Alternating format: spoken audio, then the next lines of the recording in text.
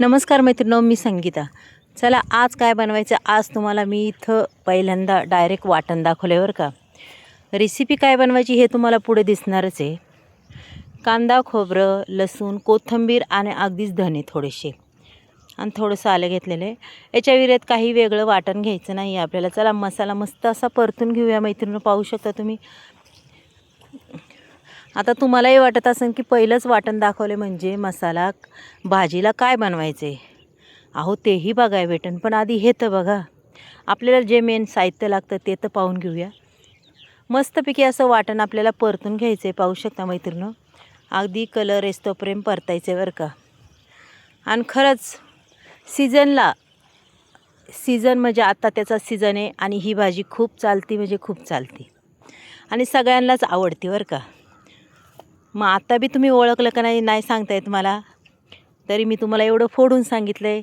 आता सीझन कशाचा आहे. मस्तपैकी इथं सुकं खोबरं बी टाकलं आहे पहा मैत्रिणींनो.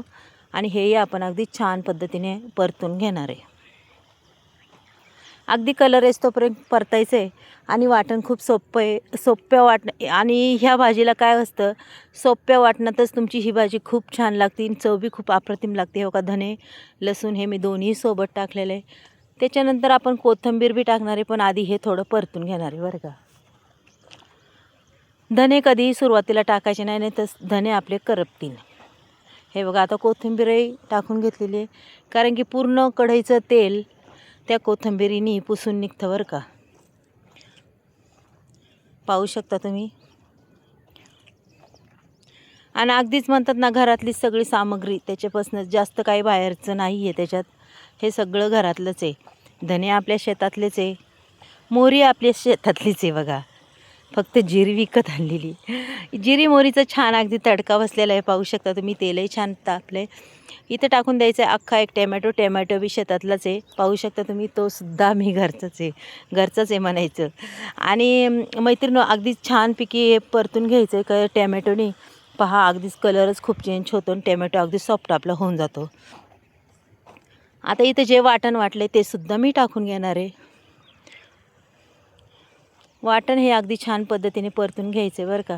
आता फक्त वाटणच नाही, थोडंसं ते वाटणाचं भांडंसुद्धा मी हिसळून त्याच्यात पाणी घालणार आहे. आणि पूर्ण आपल्याला हे वाटण असं मस्तपैकी परतून घ्यायचं आहे. पाहू शकता. आता जरी मैत्रिणी तुम्हाला तेल दिसत असेल, आता मी याच्यात पाणी घालून घेणार आहे. पाहू शकता. हे बघा, पाणी घालून घेणार आहे आणि पूर्ण हा मसाला अगदी छान पद्धतीने शिजून घेणार आहे बरं का. अगदी आपलं म्हणतात ना, तेल असं दिसलं पाहिजे इतक्यापर्यंत आपल्याला हे वाटण परतायचं आहे मैत्रिणी. पाहू शकता तुम्ही. म्हणजे कमीत कमी 5-1 मिनटं तरी मी पूर्ण हे वाटण परतत होते बरं का. पाहू शकता. बघा, अगदीच वाटणाला छान घट्टपणा आलेला आहे आणि अजूनही परतणार आहे. पण इथं बेसिक काही मसाले मी टाकून दिलेत घरातलेच, साधे सोपे, जास्त काही नाही आहे. तुमच्या आवडीनुसार तुम्ही मसाले घालू शकता. इथं मी मटण मसाला, बेडकी मिरची पावडर, कांदा लसूण मसाला आणि थोडासा घरचा मसाला असे मसाले टाकले. जास्त कोणतेही टाकले नाही आहे. आणि अगदी मुठभर अशी कोथिंबीरसुद्धा टाकलेली आहे. पाहू शकता. आणि अगदी छान पद्धतीने बघा तेलही सुटले. पाहू शकता तुम्ही. बघा, मस्त तेल असं सुटलेलं आहे आपल्या वाटणाला मैत्रिणींनो. त्याच्यानंतर हे बघा, हा सीझन आहे पावटा. अगदी पावटा बी घरचाच आहे. पाहू शकता तुम्ही. आणि त्याची मी एक शिट्टी करून घेतलेली. अगदी पूर्णागत पावटा आपला झालेला आहे मैत्रिणींनो. पाहू शकता तुम्ही. खूप छान म्हणजे खूप छान. आता फक्त 5 मिनटं आपल्याला त्याला एक उकळी काढायची पहा. आणि ह्या पावट्याची भाजी आणि भात एवढाच छान लागतं बघा. पावटा भात, पावटा रस्सा भाजी अप्रतिम अशी लागते ह्याची चव. हे बघा मैत्रिणींनो, आपली तर भाजी झालेली आहे. पाहू शकता तुम्ही. रंग बी किती छान झाला आणि भाजी बी खूप छान झालेली ही आजची पावट्याची रस्सा भाजी.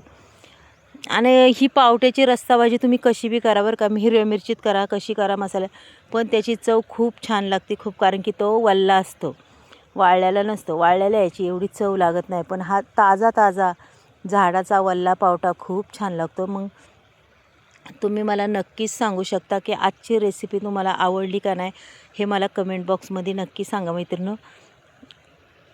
आणि पटकनी म्हणतात ना, एक सबस्क्राईब एक लाईक नक्कीच करा. पहा बरं मैत्रिणींनो, आजचा पावटा रसाची भाजी कशी वाटली. मग आपण उद्या असंच एक व्हिडिओ छान घेऊन येऊ. चला मग बाय.